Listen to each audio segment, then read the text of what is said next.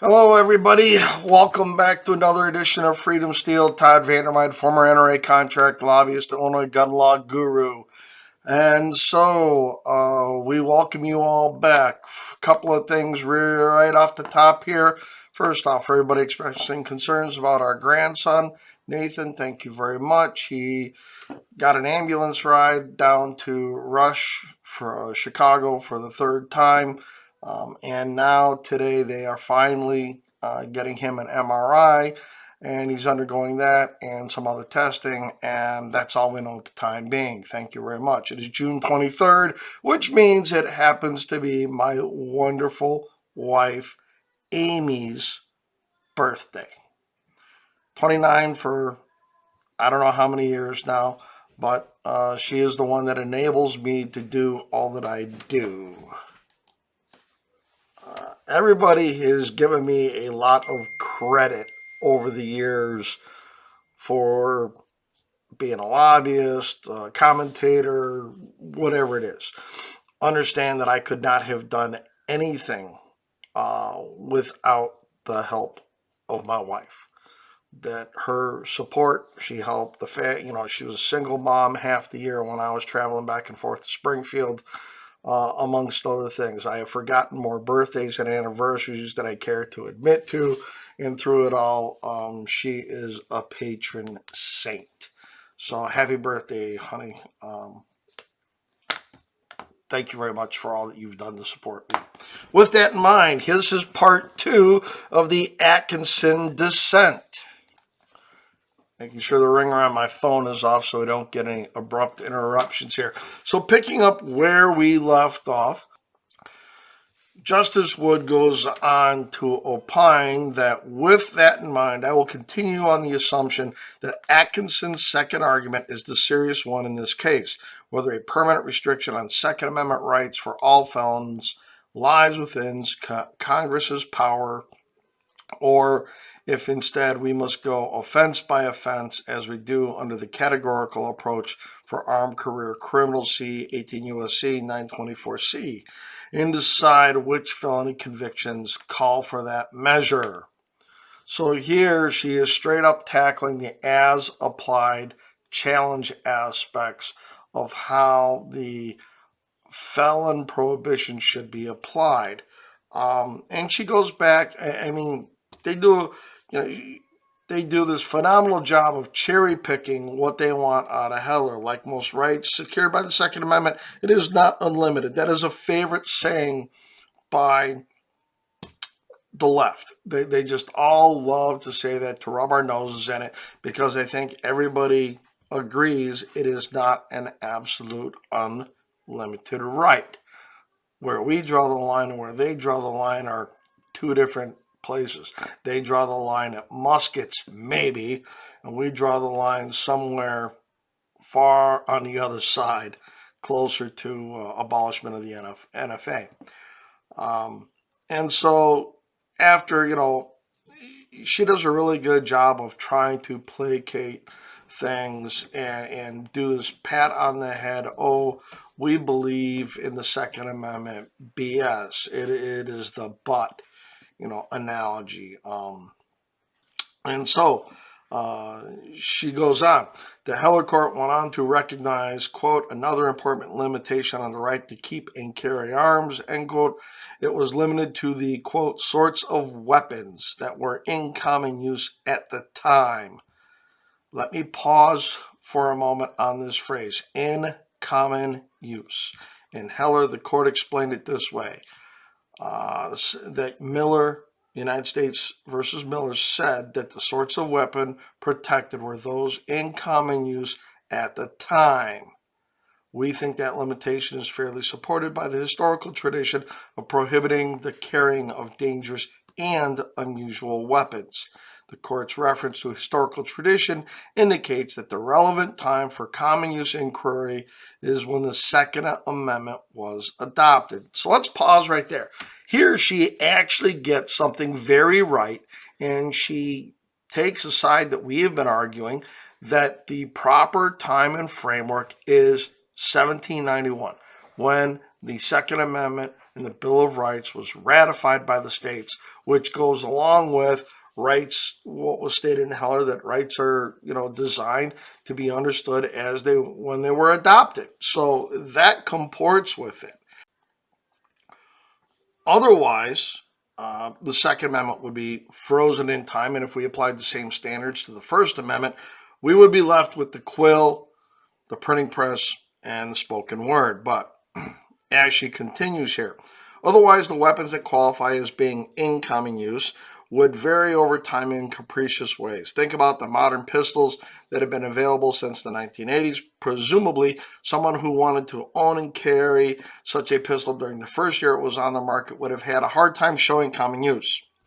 It was a new product after all, but in time it became very popular. The early purchases of such pistol do not have to wait for the popularity before they can rely on the Second Amendment protections. Rather, they would have analogized it to smaller pistol-style weapons in common use in 1791. So let's pause right there. Here she's doing the analogy. She's saying that modern handguns are analogized to other pistol-type firearms of 1791. She's making a case as to how her analogies do. And now what she gives with one hand, she taketh away. Continuing, what Heller and Bruin demand is not a head count of how many people today own a certain firearm or how many are sold. Instead, those decisions ask which historical analog the modern weapon most strongly resembles. If the analog is one that people were entitled to use, then that part of the Second Amendment analysis is satisfied. If instead the item is more like the dangerous and unusual weapons of yore, then it is not one of the arms protected by the Second Amendment. This is a very dangerous double-edged sword. On one hand, we can make the argument that cannons were used by privateers and in private hands in and around 1791 throughout the Revolutionary War. At the same time, I think this is where she sets up the ability to sit there and say, oh, there was nothing like a semi-auto, there was nothing like any of this. Therefore, while you can analogize that pistols were like some of these other small concealable firearms, there is no analogy for a magazine-fed semi-automatic firearm. This is where it turns dangerous. And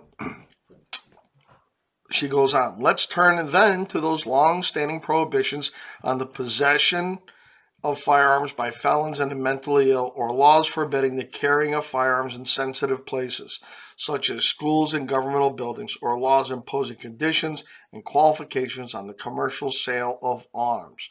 The first point to make is that nothing in that list may be justified by the means-end test that Bruin disapproved.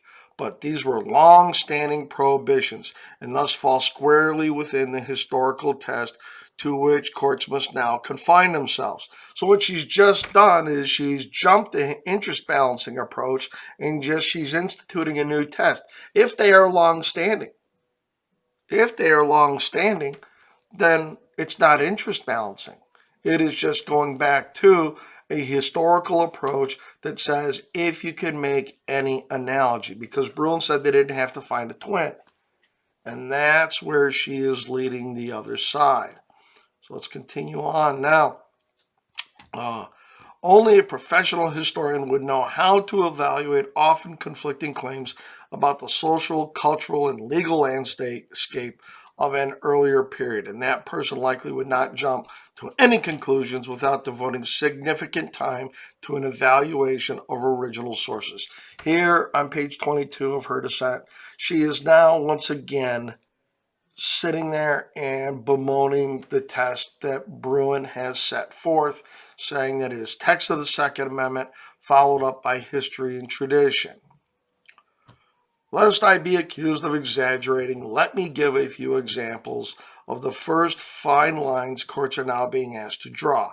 First, Bruin tells us that the historical analog must be neither too old nor too recent.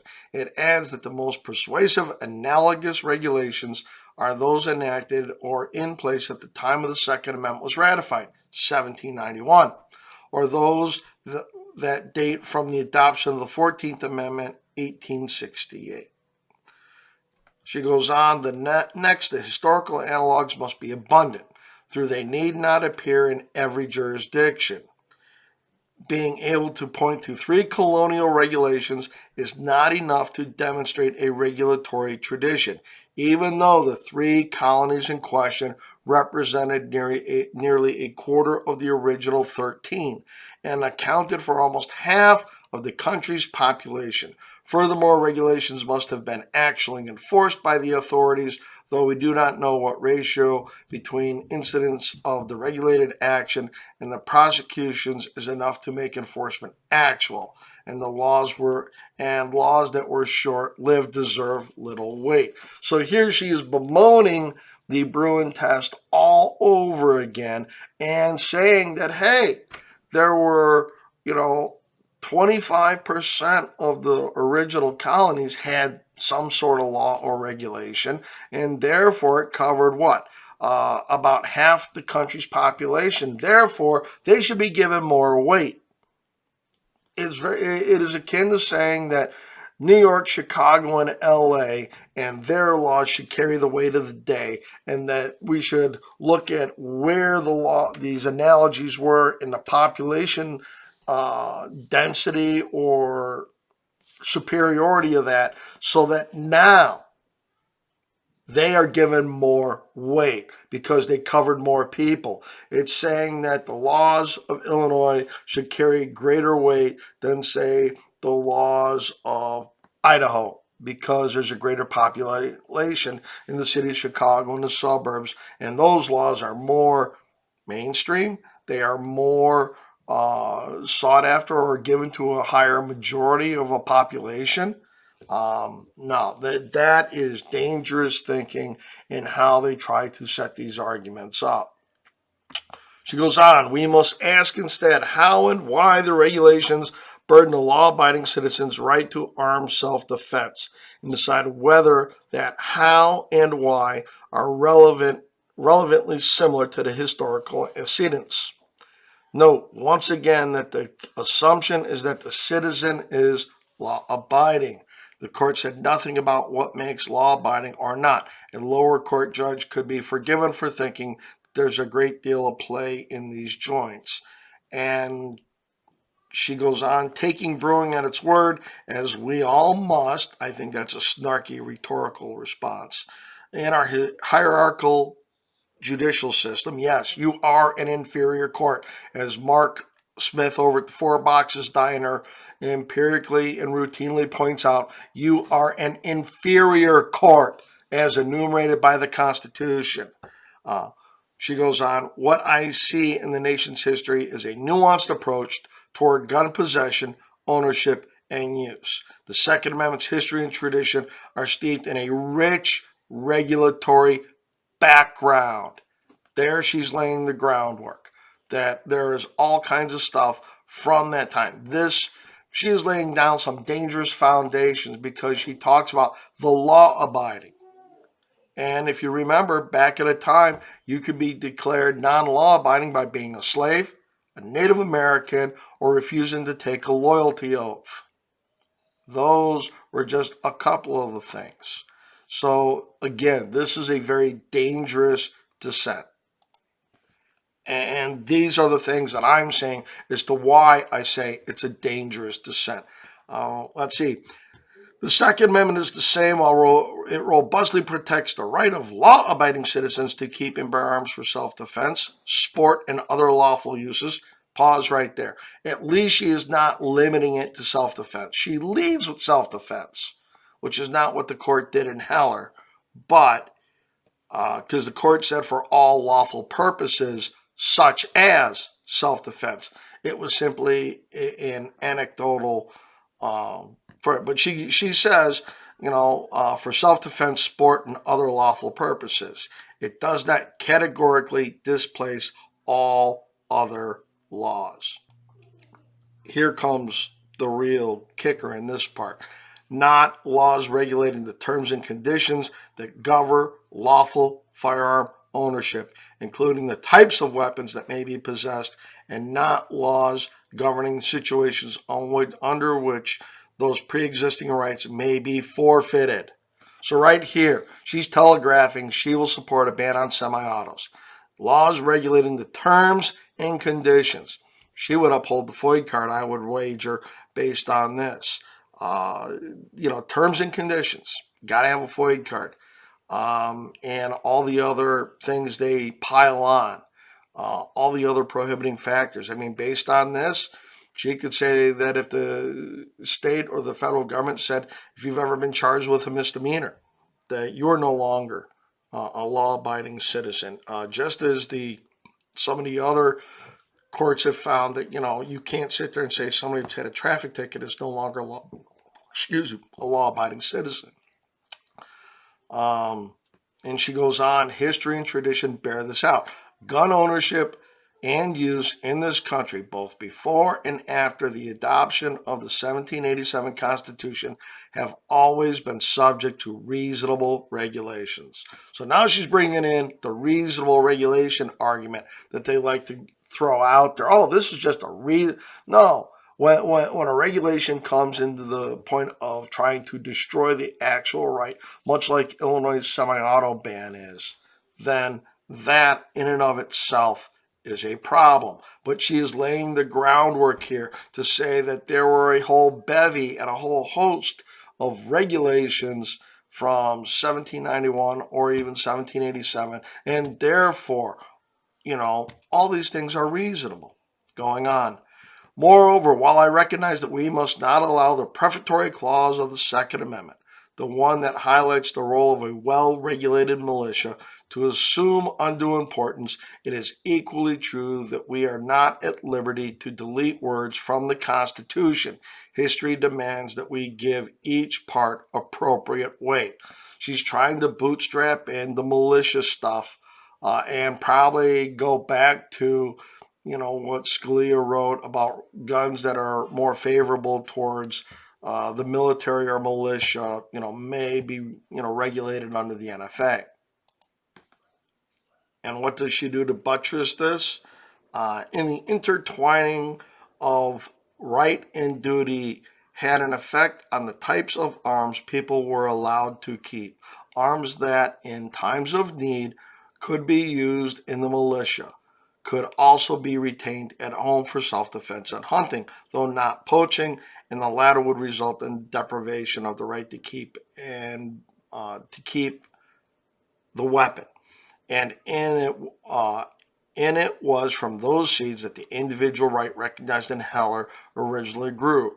But note how closely related to malicious service the scope of the right is. As one commentator noted, there is no way to disentangle the private right to keep and bear arms from the history of the king's right to call upon the civilian militia to protect the state.